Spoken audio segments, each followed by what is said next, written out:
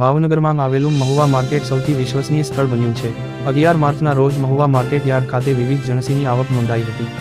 Mahuva market yard ખાતે એરંડા, જુવાર, બાજરી, શીંગ, ઘઉં, મકાઈ, અડદ, મગ, ધાણા, સોયાબીન, ચણા, સફેદ અને કાળા તલ, તુવેર, લાલ અને સફેદ ડુંગળી, નાળિયેરની આવક નોંધાઈ હતી।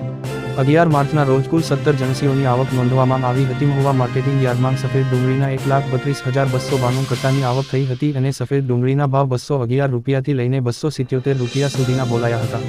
માર્કેટિંગ યાર્ડમાં લાલ ડુંગળીની ગુણી 75,000ની આવક નોંધાઈ હતી, જેના પ્રતિ એક મણના નીચા ભાવ 125 અને ઊંચા ભાવ 403 રૂપિયા સુધીના નોંધાયા હતા।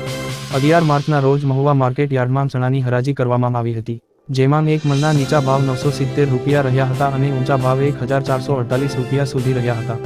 માર્કેટિંગ યાર્ડમાં ટુકડા ઘઉંની હરાજી કરવામાં આવી હતી, પ્રતિ એક મણના ભાવ 351ની લઈને 638 રૂપિયા સુધીના નોંધાયા હતા। આ ઉપરાંત બાજરીની હરાજી કરવામાં આવી હતી। બાજરીના પ્રતિ એક મણના નીચા ભાવ 401 રૂપિયા રહ્યા હતા અને ઊંચા ભાવ 622 રૂપિયા સુધીના નોંધાયો હતો। માર્કેટિંગ યાર્ડમાં સફેદ તલના 2,099 રૂપિયાથી લઈને 2,276 રૂપિયા સુધીના ભાવ નોંધાયા હતા।